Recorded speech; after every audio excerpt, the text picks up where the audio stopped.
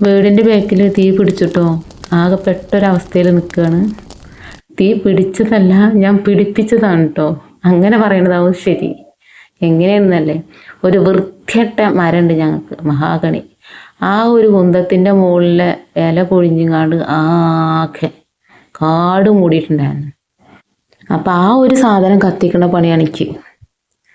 വേനൽക്കാലം ആയാൽ ഈ ഒരു മരങ്ങൾക്ക് ഇല പൊഴിക്കൽ കുറച്ച് കൂടുതലാണ്. അത്യാവശ്യം നല്ലോണം ചെമ്മലായിട്ടുണ്ട് കേട്ടോ. മുറ്റൊന്ന് അടിച്ചോരി ഒന്നിങ്ങോട്ട് തിരിയുമ്പോൾ തന്നെ ചെമ്മല അത്യാവശ്യം നല്ലോണം ചാടിയിട്ടുണ്ടാവും. ഇപ്പോൾ ഇലയൊക്കെ കൊഴിച്ച് ഇപ്പോൾ നല്ലോണം പച്ച ഇലകളൊക്കെ വന്നിങ്ങനെ സൂപ്പറായി ഇങ്ങനെ നിൽക്കുകയാണ്.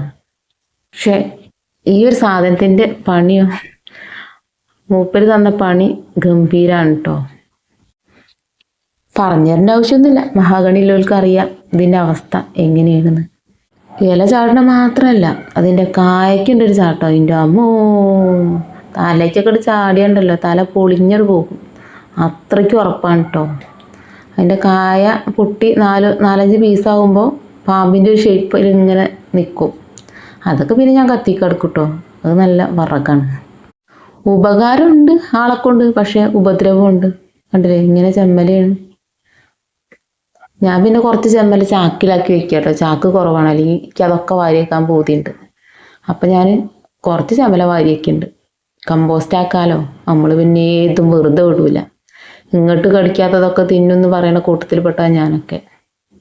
ഇപ്പം പിന്നെ മുറ്റടിക്കണ ചെമ്മല, പച്ചക്കറി വേസ്റ്റ് ഒന്നും അനീഷ്മ കളയൂല, ഒക്കെ എടുത്തേക്കും.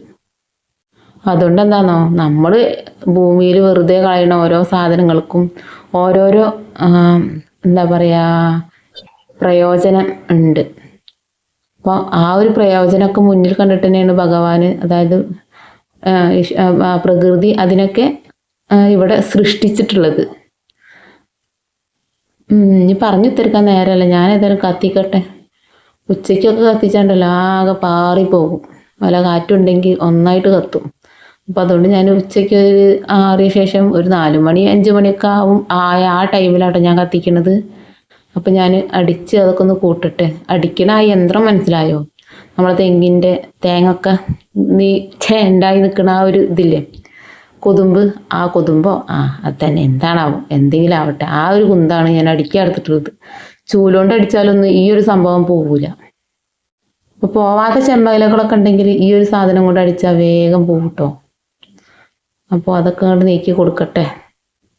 അല്ലെങ്കിലേ പണിയാണ് നമുക്ക്, അതിൻ്റെ ഇടയിൽ കൂടെ ഇതും കൂടെയാണ്. നോക്കണ്ട, ഒക്കെ നമുക്ക് പറഞ്ഞിട്ടുള്ളതല്ലേ.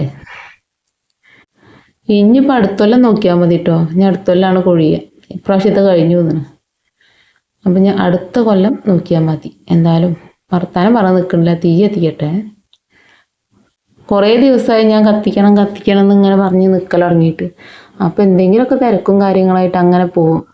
അതിൻ്റെ ഇടയിൽ വീട്ടിലേക്കൊന്ന് പോയി. അപ്പം അങ്ങനെയൊക്കെ ആയതുകൊണ്ട് അങ്ങനെ ഇതായി പോയതാ. പിന്നെ എന്താണെന്ന് വെച്ചാൽ ഒന്നിച്ചൊരു കത്തിക്കാന്ന് വെച്ചു. കാരണം വലുതൊരു ചാടട്ടെ, മറ്റേത് ഇത്തിരി നമ്മൾ കത്തിച്ച് കഴിഞ്ഞാൽ പിന്നെ നാളെ അതേപോലെ തന്നെ ഉണ്ടാവും.